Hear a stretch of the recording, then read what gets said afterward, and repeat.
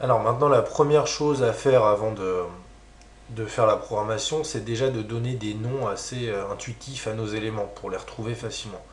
Vous voyez là, le texte où il y a le résultat, il s'appelle par défaut label 1 comme c'est une étiquette. Nous, on va lui donner un nom parce qu'après, au bout d'un moment, on va avoir plein d'éléments qu'il faut s'y retrouver. Donc, on va l'appeler en faisant rename ici, après l'avoir sélectionné. On va l'appeler par exemple résultat. Alors, pareil, on va pas mettre d'accent. Résultat, on fait OK. Donc là, il est renommé. Et on fait pareil pour le bouton. On va l'appeler par exemple lancer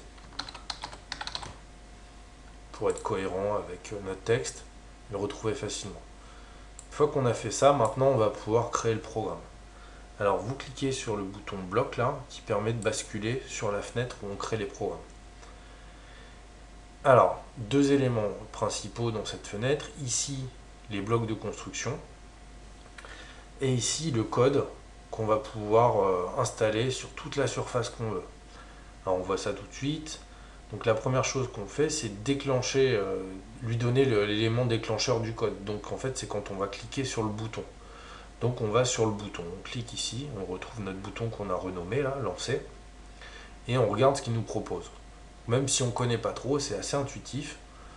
On voit qu'ici, si on connaît un peu l'anglais, quand on clique sur le bouton, il faut faire tout ce qu'il y a là-dedans. Donc c'est celui-là qui va nous intéresser. Puisque c'est quand on clique sur le bouton qu'il va falloir remettre à jour l'étiquette avec un nombre aléatoire. Donc je l'attrape comme ça et je le glisse au milieu là. Pour l'instant, je fais que ça. Alors qu'est-ce qui va se passer quand je clique? Il faut qu'il mette un nombre aléatoire dans l'étiquette.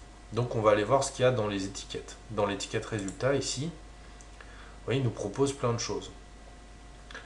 Donc en fait, quand on a 7, c'est mettre à jour en fait. Donc qu'est-ce qu'on met à jour? On met à jour le texte de notre étiquette. Donc on va chercher quelque part où il y a 7 là et où il y a texte. Vous voyez, c'est ici. Donc on le prend et on le glisse ici. Et là, hop, il vient s'accrocher directement en faisant un petit clic et on voit qu'on ne se fait pas tromper. Donc quand on fait des erreurs, il nous les indique ici en fait. Vous voyez là pour l'instant j'ai une erreur on va dire mineure et j'en ai 0 critique. Donc l'erreur mineure c'est qu'en fait j'ai rien mis dans ce que je dois mettre sur le texte de mon étiquette. Donc maintenant je vais devoir lui mettre que je veux un nombre aléatoire. Alors comment je peux faire ça? Je regarde les fonctions là qu'il me propose et vous voyez le nombre aléatoire, je vais le trouver dans les maths. Donc si vous ne savez pas où chercher, maintenant moi je connais, je sais que c'est dans maths. Et je choisis celle que je veux. Donc je balaye. Et là vous voyez il me propose un... Donc integer c'est un entier, aléatoire. Random c'est aléatoire. Et de 1 à 100. Et ça je vais pouvoir le changer. Donc j'attrape ce petit bloc là de construction et je le fixe ici. Donc une fois que j'ai fait ça, il ne me reste plus qu'à dire que je veux un nombre aléatoire de 1 à 6. Donc je viens ici et je remplace le 100 par le 6. Donc voilà. Là, mon programme est super simple, mais il est déjà terminé. Quand je vais cliquer sur le bouton lancer, il va mettre un nombre aléatoire de 1 à 6 dans le texte de mon étiquette qui s'appelle résultat. Voilà. Donc maintenant, prochaine vidéo, on va voir comment envoyer ça dans le smartphone pour l'essayer. Merci, à tout de suite.